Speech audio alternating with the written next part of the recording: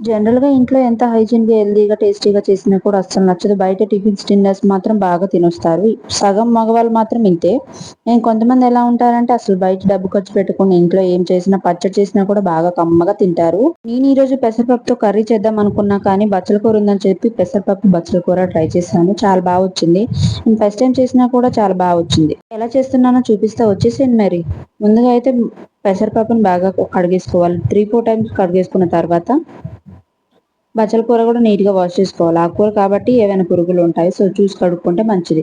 తర్వాత కొంచెం ఉప్పు, కొన్ని వాటర్ అయితే యాడ్ చేసుకొని 3, 4 విజిల్స్ వచ్చేంత వరకు ఉడికించుకుంటే మంచిది. పెసరపప్పు కాబట్టి త్వరగానే ఉడికిపోతుంది. సో, ప్రాబ్లమ్ ఏం లేదు. చాలా వరకు ఆకుకూరలు స్కిప్ చేసి ఉంటాం కదా! సో, ఇలా పప్పులో కానీ, చారులో కానీ వేసుకొని తినండి. చాలా బావుంటుంది. హెల్త్‌కి కూడా చాలా మంచిది. ఈ తర్వాత ఒక బాండీ పెట్టుకొని తాలింపుకైతే నూనె వేసుకొని కొంచెం జీలకర్ర అండ్ దంచుకున్న వెల్లుల్లి కూడా ఏసేసుకోవాలి. నాకో విషయం చెప్పండి. జీలకర్ర నాన్ వెజ్ కర్రీస్‌లో వేయొద్దంటారు. సో, మీకు తెలిస్తే నాకు చెప్పండి. నాకైతే తెలీదు. చాలా వీడియోస్‌లలో అయితే చూసాను. తర్వాత ఎండుమిర్చి కూడా వేసుకొని వేయించేసుకోవాలి. ఎండుమిర్చి చాలా వరకు స్కిప్ చేస్తుంటారు.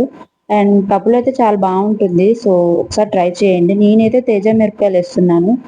పప్పులో కాబట్టి ఆ ఘాటు అనేది పోతుంది. తర్వాత సన్నగా కట్ చేసుకున్న పచ్చిమిర్చి, ఉల్లిగడ్డలైతే వేసేసుకోవాలి. గోల్డెన్ బ్రౌన్ వచ్చేంత వరకు వేయించుకోవాలి. తర్వాత కొంచెం కరివేపాకు లాస్ట్‌లో వేస్తున్నాను ఫ్లేవర్ కోసం. తాలింపు గోల్డెన్ బ్రౌన్ వచ్చేంత వరకు వేయించుకోండి. పప్పు సాయంత్రం వరకు ఉన్నా కూడా సద్దిపడకుండా ఉంటుంది.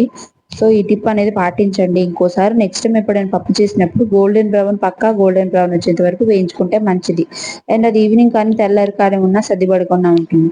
తర్వాత ఉడికించి పెట్టుకున్న పప్పు గుత్తితో మెదుపుకున్న తర్వాత మెత్తగా మెదిపోతుంది. తర్వాత ఇందులో కొంచెం చింతపండు నీళ్ళైతే యాడ్ చేసుకోవాలి పులుపు కోసం. వీక్లీ 1, 2 టైమ్స్ అయినా ఇలా ఆకుకూరలు తినడానికి ప్రయత్నించండి. ఎందుకంటే ఇప్పుడున్న కాలంలో అన్ని పొల్యూషన్స్ కానీ, అన్‌హైజీన్ గానీ వండుతున్నారు. బయట ఫుడ్ అస్సలు ప్రిఫర్ చేయడం మంచిది కాదు కాబట్టి ఎప్పటికప్పుడు ఇంట్లో వండుకొని తినడానికి ప్రిఫర్ చేయండి. పిల్లలు కానీ, పెద్దలు కానీ ఇంట్లో తినడానికి ట్రై చేయండి.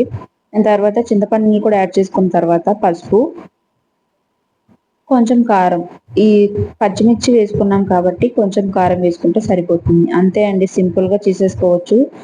నేనైతే ఇది సాయంత్రం రోటీలోకి అయితే చేయాలని కొంచెం గట్టిగా అయితే చేశాను. అన్నంలోకి ఇప్పుడు బావుంటుందిలే కానీ సాయంత్రం కొంచెం గట్టి పడుతుంది కాబట్టి రోటీలోకి ఇంకా చాలా బావుంటుంది. ట్రై చేయండి. వీడియో నచ్చితే లైక్ చేయండి, సబ్స్క్రైబ్ చేసుకోండి. ఇలాంటి మరిన్ని వీడియోస్ కోసం నన్ను ఫాలో అవ్వండి.